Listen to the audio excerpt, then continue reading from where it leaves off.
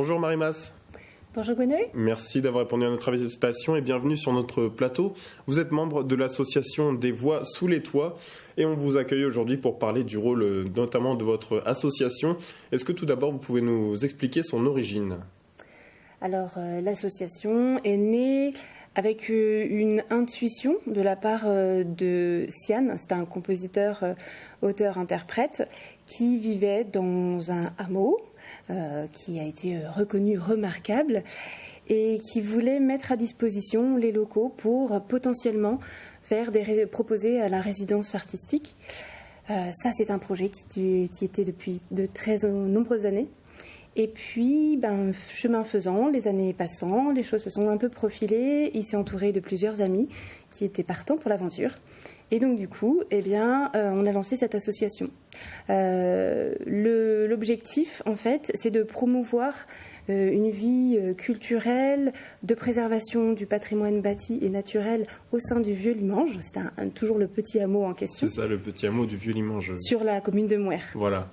Et donc voilà. Dans le Bois-Chaud-Sud, et vous y proposez donc des stages pour apprendre à chanter ou chanter tout simplement pour les amateurs, les plus confirmés, tout le monde. Voilà, la résidence artistique pour l'instant, ça mettra un petit peu plus de temps à se mettre en place.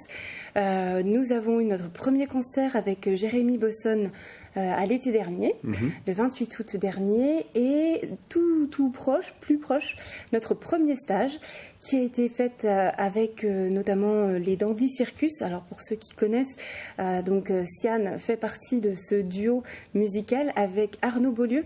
Arnaud Beaulieu qui est connu comme un des cofondateurs des Brevachons, en général dans le Berry, c'est quelque chose qui parle. Et les Dandy Circus ont fait un petit peu parler d'eux. Et donc du coup, notre premier stage n'était pas sur le chant pur, mais sur l'écriture d'une chanson. Et ensuite sur l'interprétation. C'est dans la même lignée de ce qu'eux deux ont connu à Astafort avec les résidences à Astafort avec Francis Cabrel. D'accord. Voilà. Donc premier, c'était le 8 et 9 avril dernier. On attendait 10 personnes. On en a eu 12. Parfait, donc ça a bien marché. Ça a plutôt bien marché. Et on est sorti donc une chanson que vous pouvez trouver sur la chaîne YouTube. C'est Une belle journée. Et de fait, on a eu la chance en avril d'avoir une petite parenthèse avec beaucoup de soleil. C'était plutôt adéquat. Donc aucun rapport avec Mylène Farmer à tout hasard Non, mais on y a tous pensé. Et donc si vous êtes ici aujourd'hui, c'est parce que vous proposez donc un nouveau stage les week-ends du 8 et 9 juillet. Vous proposerez donc aux intéressés là aussi une session de chant lyrique. Voilà, alors vous, c'est l'association, et ce ne sera pas moi. Voilà, l'association, oui. On va faire intervenir donc Émilie Mallet, qui est soprano lyrique. Elle a donc un petit cursus, elle est assez connue sur le territoire. Elle a une licence en musicologie avec une spécialité enseignement, et puis son DEM, diplôme d'état de musique, en art lyrique. Et puis elle sera accompagnée, donc non pas d'une accompagnatrice, mais d'une pianiste, exceptionnellement, parce que avec donc Rouzana Muselier, qui est la pianiste et qui est professeure de musique au conservatoire de Châteauroux, notamment, eh bien, elles ont ouvert un petit récital dont la première a eu lieu à Déol. C'est ça. Voilà. Voir à l'image. Voilà. et donc, on aura, pour la fin du stage, je pense qu'on en parlera un peu plus tard, une petite partie de ce récital pour avoir un avant-goût de ce qu'elles ont proposé à Déol et qu'elles reproposeront plus tard. Et donc, il y aura des privilégiés qui pourront assister à tout cela. Exactement. Et donc, on va parler un peu plus en détail de la programmation de ce week-end avec, pour commencer, dès le samedi matin, réveil corporel et de la voix. En fait, le principe des chanteurs, pour ceux qui ne le savent pas, un chanteur, il travaille avec son corps et pas uniquement avec sa voix. Donc le réveil corporel, effectivement, ça fait partie de tout ce qui est... C'est le b.a.-ba, en fait. Pour arriver à bien chauffer, quand on chante, on ne chante pas uniquement qu'avec sa voix, pas qu'avec les cordes vocales, mais avec tout ce qui est abdominaux, fessiers, les sinus, etc. Je ne vous fais pas le cours parce que moi, je n'ai pas les compétences, mais Émilie les aurait.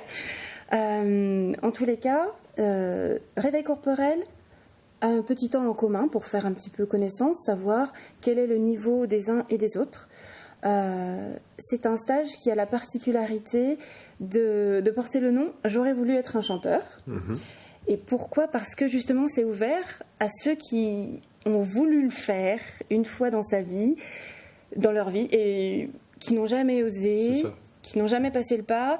Et puis à la fois, s'engager pour un an dans quelque chose où on n'est pas sûr que ça nous plaise, et bien là, c'est l'occasion d'essayer. Juste sur le temps d'un week-end, comme ça, ils pourront se plonger dans la peau d'un vrai chanteur en soi. Exactement, avec le travail qu'il y a en amont, à savoir, effectivement, donc le travail au niveau du réveil corporel, le travail en groupe, l'écoute.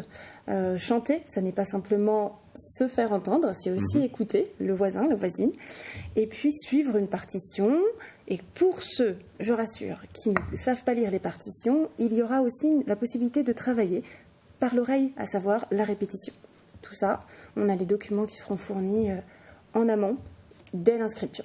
D'accord. Et justement, vous parlez d'inscription, comment ça marche pour pouvoir s'inscrire à ce week-end-là ? Alors, il y a plusieurs moyens de le faire. On a fait passer l'information sur la page Facebook. On a mis le flyer sur lequel on peut trouver l'adresse mail, le numéro de téléphone, toutes les coordonnées. On est sur Facebook, Instagram et sur YouTube. Et normalement, si vous ne trouvez pas comment nous contacter, eh bien, il va falloir qu'on retravaille ça alors. C'est ça. Eh bien, écoutez, merci. Et ensuite, on va parler aussi du coût de ce stage. C'est un total de 150 €. Voilà. Les 150 € couvrent à la fois les frais pédagogiques, à savoir tout ce qui est partition qu'on aura imprimé, etc.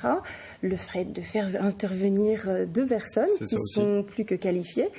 Et puis aussi le repas du midi. On essaie de faire un repas local le plus bio possible.